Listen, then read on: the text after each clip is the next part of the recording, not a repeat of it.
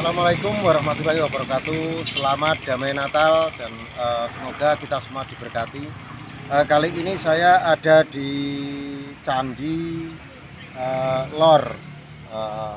Di Candi Lor ini, letak Candi Lor ini ada di Loceret ya ini. Di Loceret Nganjuk. Dan candi ini sayang ini nggak bisa masuk karena situasi pandemi, jadi nggak diperbolehkan masuk dan ini ditutup. Dan saya ada habis undangan acara sosialisasi porang di wilayah Kediri, dan kebetulan ini mampir. Dan Candi Lor ini adalah terletak di Desa Candirejo, Loceret, Nganjuk. Dan menurut sejarah, candi ini peninggalan dari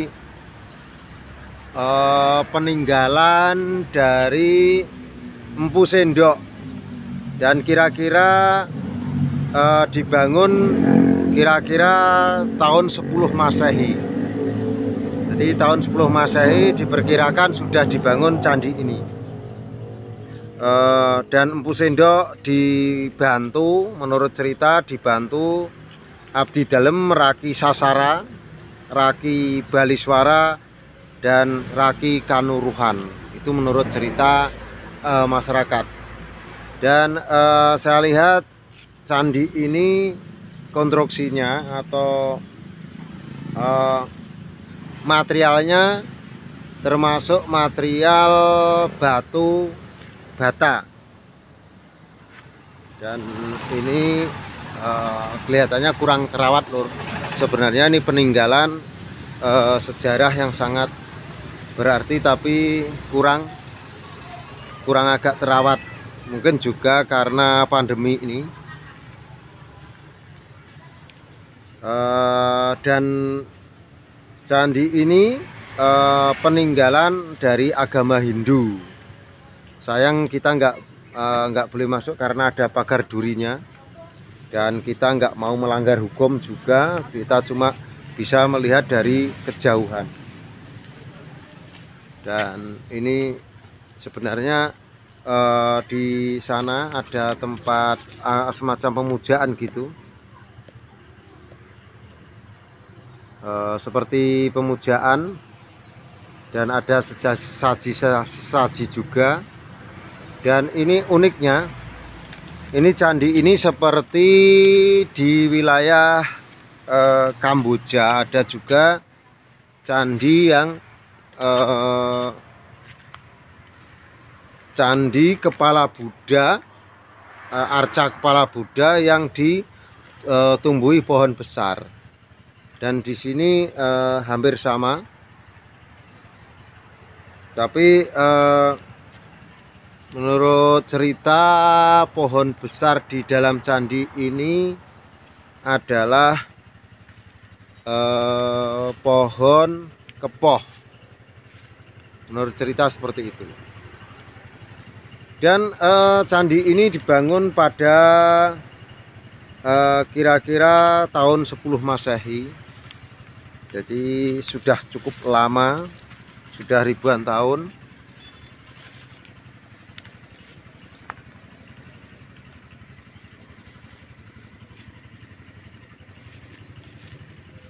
Dan candi ini sebenarnya adalah prasasti peninggalan bertanda kekuasaan Mataram kuno, yang dulu perpindahan dari wilayah Jawa Tengah ke wilayah Jawa Timur. Karena wilayah kekuasaan tersebut dipindahkan Mataram kuno dari Jawa Tengah ke Jawa Timur karena erupsi Gunung Merapi. Di zaman dahulu cari yang aman, dan mungkin itu yang menurut sejarah. Dan dulunya di sini ada dua arca, yaitu arca Ganesha. Arca Ganesha itu arca yang manusia berkepala berkepala gajah dan juga nandi, arca nandi. Tapi arcanya menurut cerita dibawa ke Kediri waktu kejayaan atau waktu zaman dulu. Dan ini lokasi ini di daerah pemukiman dekat penduduk lur, dan ini di dekat sawah juga. Ini bisa juga dikembangkan porang di wilayah sini. Ini cukup bagus tanahnya.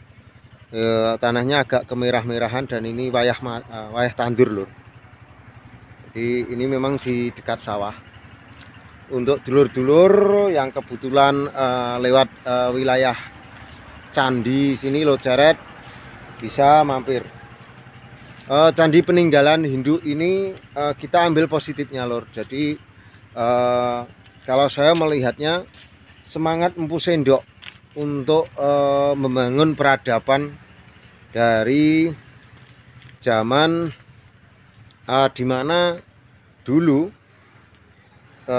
di Jawa Tengah sudah seolah-olah karena ada kehancuran berkali-kali, ada erupsi gunung Merapi atau gejolak alam seperti itu, maka kita bisa berpindah. Begitu juga di dunia pertanian lur. Di dunia pertanian, kalau jagung sudah mulai tidak terlalu produktif, banyak hamanya, bisa juga kita mengembangkan porang. Jadi saya melihat ini porang bagus kalau di wilayah sini. Sayang si Candi Lor ini kurang terawat. Dan ini ada gandengannya, ada paketannya itu Candi Ngetos. Ada di wilayah Nganjuk juga. Jadi untuk dulur-dulur sekalian menambah wawasan harus. Jadi kita sebagai petani kita harus belajar dari pendahulu kita, sesepuh-sesepuh kita, leluhur-leluhur kita. Bahkan saya membuat POC, pupuk organik cair pun saya mengadopsi warisan leluhur. Jadi tidak hanya ilmu modern saja, ternyata ilmu kuno bisa juga dikembangkan di dunia pertanian. Jadi zaman kuno ojo ditinggalke. Jadi zaman kuno ojo ditinggal nolor, karena tanpa wong kuno kita nggak bakalan seperti ini. Sayang ini nggak bisa masuk lor. Sebenarnya saya ingin masuk. Dan ini lucu sekali, di depannya ini ditanami ketela. Kalau ketela saja bisa hidup seperti ini, berarti tidak menutup kemungkinan juga kalau dunia pertanian pasti bisa. Tapi ini sebenarnya kalau dibugar bentuk candinya kelihatannya bagus dan ukurannya besar. Tapi karena lokasinya seperti ini dan itu sangat bahaya, bahkan ada petunjuk dilarang menaiki, bahkan sekarang masuk pun tidak diperbolehkan. Ini pohon kepohnya besar. Dan sebenarnya di situ ada prasasti, ada keterangan. Jadi Empu Sendok itu adalah seorang pendiri dinasti Isyana. Dinasti Empu Sendok itu sebelum Majapahit lur. Jadi pra Majapahit. Jadi sudah cukup lama sekali. Dan itu termasuk Mataram kuno. Dan perlu diketahui juga peninggalan sejarah seperti ini jangan sampai dirusak, tetapi harus diuri-uri seberapa besar peradaban masa megalitik, masa lampau, peradaban terutama peradaban Jawa itu perlu diangkat.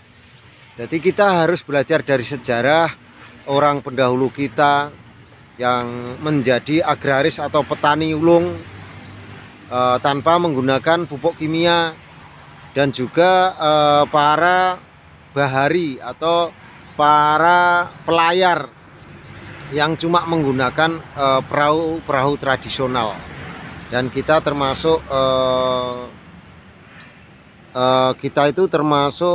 masyarakat yang kuat, baik itu secara agraris maupun secara bahari. Jadi itu harus kita gali lagi. Dan untuk dulur-dulur sekalian, sekiranya kita harus mengembangkan terus di dunia, kita mengembangkan terus dunia tani kita, berinovasi, tetapi jangan lupa juga kita jangan sampai melupakan sejarah, karena sejarah adalah bagian dari tradisi, sejarah juga bagian dari sebuah peradaban. Dari sinilah kami ingin menggali potensi dan dimensi yang tidak terkuat selama ini. Semoga ke depan petani porang bisa berjaya seperti Empu Sendok, karena walaupun sudah ribuan tahun, tetapi monumen Empu Sendok ini masih terlihat dengan baik dan masih bisa dilihat dari jauh. Untuk dulur-dulur sekalian yang sekiranya melewati wilayah Nganjuk ini, bisa mampir di Candi Lor. Saya Martono Porang Madiun melaporkan. Semangat bertani, semangat tanam porang, dan saya ucapkan selamat Hari Natal dan Tahun Baru, Happy Christmas and Happy New Year. Dan dalam damai Natal kita semua diberkati, amin. Wassalamualaikum warahmatullahi wabarakatuh. Petani itu bebas, petani itu cerdas. Suwun.